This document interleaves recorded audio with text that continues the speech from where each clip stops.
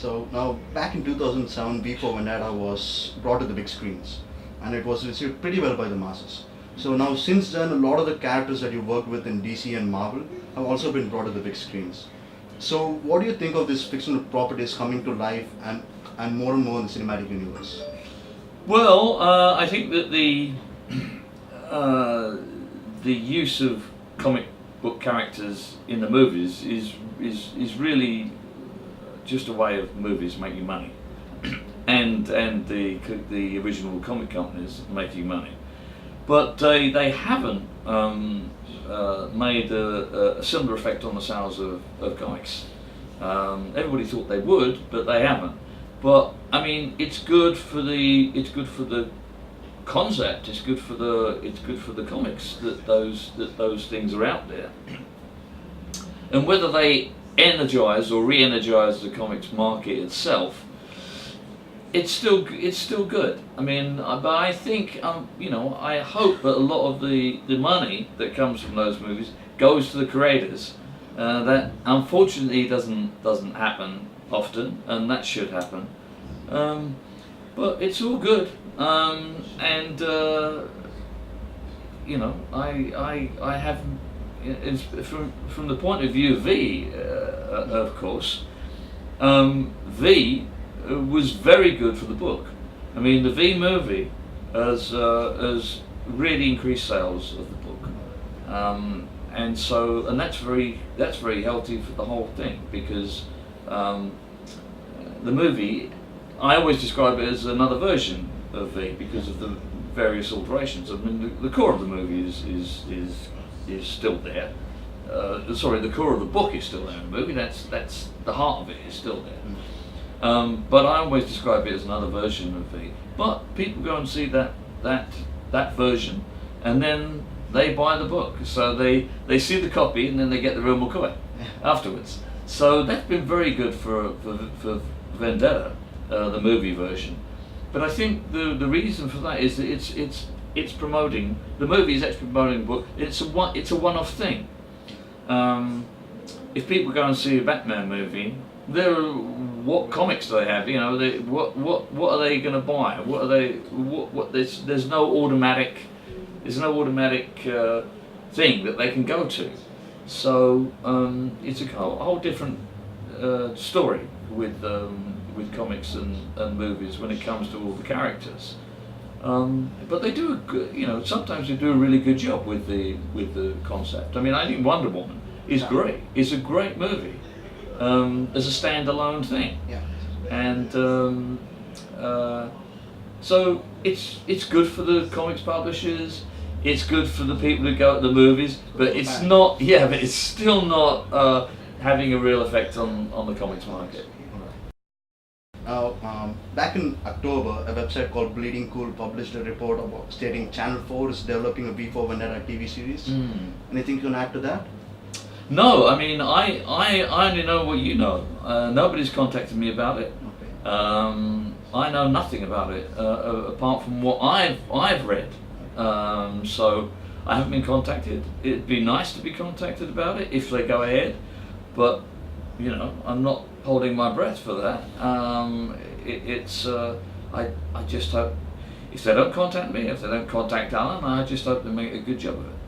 Do you think they could have a better narration in the TV series, because it has the chances of having a lot of seasons? Yeah. Well, you've got, how many? Well, the thing is this: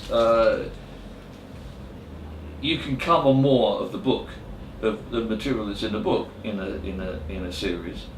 But I don't think you need to do more than one season. I'm interested in the idea that it's going to be adapted, because that means that you've got more space than in a movie for a start, and they can be truer to the original source.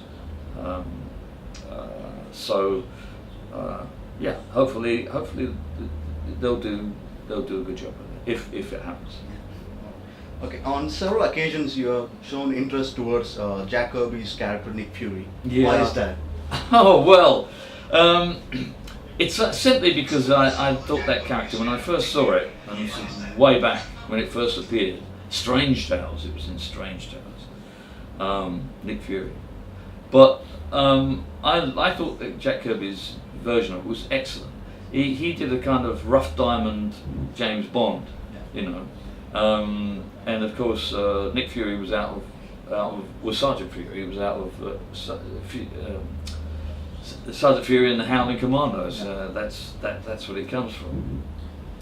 But he did a great job with it, and I at a certain time I really wanted to have a go at doing a rerun, and in fact I did an illustration, and asked Marvel if I could do it, and well, unfortunately, contractually, it didn't work out.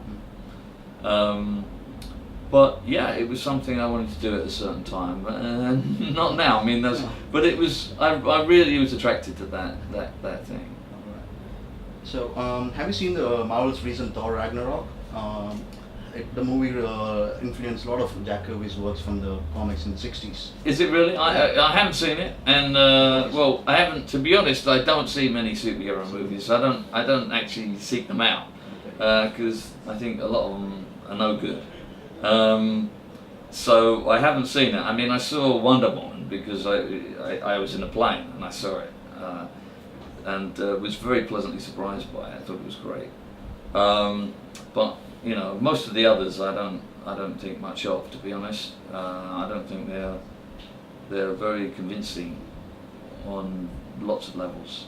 But well, as I say, I wish them luck.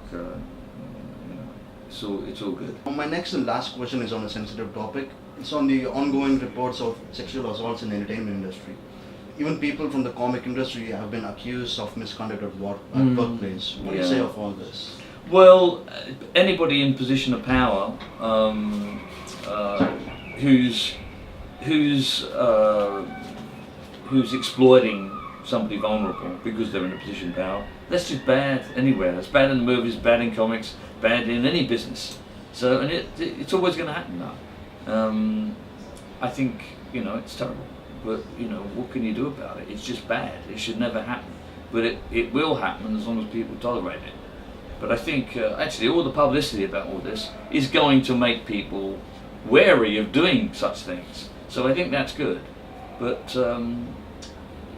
it will happen in any situation where there are powerful and people who can be exploited, who, you know, maybe want to climb the ladder in an easy way. But it's bad, of course, bad. Thank you so much. All right, thank you. Thank you. Cheers, man.